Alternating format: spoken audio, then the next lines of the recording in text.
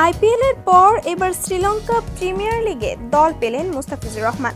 নিলামের আগে সরাসরি চুক্তিতে ডাম্বুলা থান্ডার্সে 10 কোটিতে দল পেল মুস্তাফিজকে দলে নিয়েই সামাজিক যোগাযোগ মাধ্যম ফেসবুকে ডাম্বুলার পোস্ট।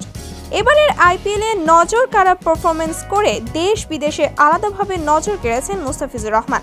9 ম্যাচে 14 উইকেট নিয়ে আলোচনায় থেকে দেশে ফিরেছিল মুস্তাফিজ।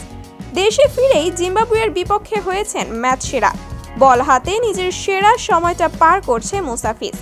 আর মুস্তাফিজের এমন পারফরমেন্সের পর এবার লঙ্কান প্রিমিয়ার লিগ থেকে সুখবর পেয়েছেন এই পেসার। আসন্ন লঙ্কান প্রিমিয়ার লিগে মুস্তাফিজকে সরাসরি চুক্তিতে দলে ফিরিয়েছে ডাম্বুলা থান্ডার্স। জানা যায় আইপিএলের দারুণ সফলতার জন্যই মুস্তাফিজকে নিলামের আগেই কিনে নিয়েছে ডাম্বুলা। মুস্তাফিজকে দলে ফিরিয়েই আজ ফেসবুকে পোস্ট করেছে ফ্র্যাঞ্চাইজিটি। সেই পোস্টে তারা লেখেন, আমাদের পরিবারে স্বাগত মুস্তাফিজুর রহমান। আমাদের আবেগ এবং শক্তি ডাম্বুলা থান্ডার্সের পেস আক্রমণকে আলোকিত করে এবং ক্রিকেট মুহূর্তগুলিকে বিদ্যুতায়িত করার জন্য প্রস্তুত হন।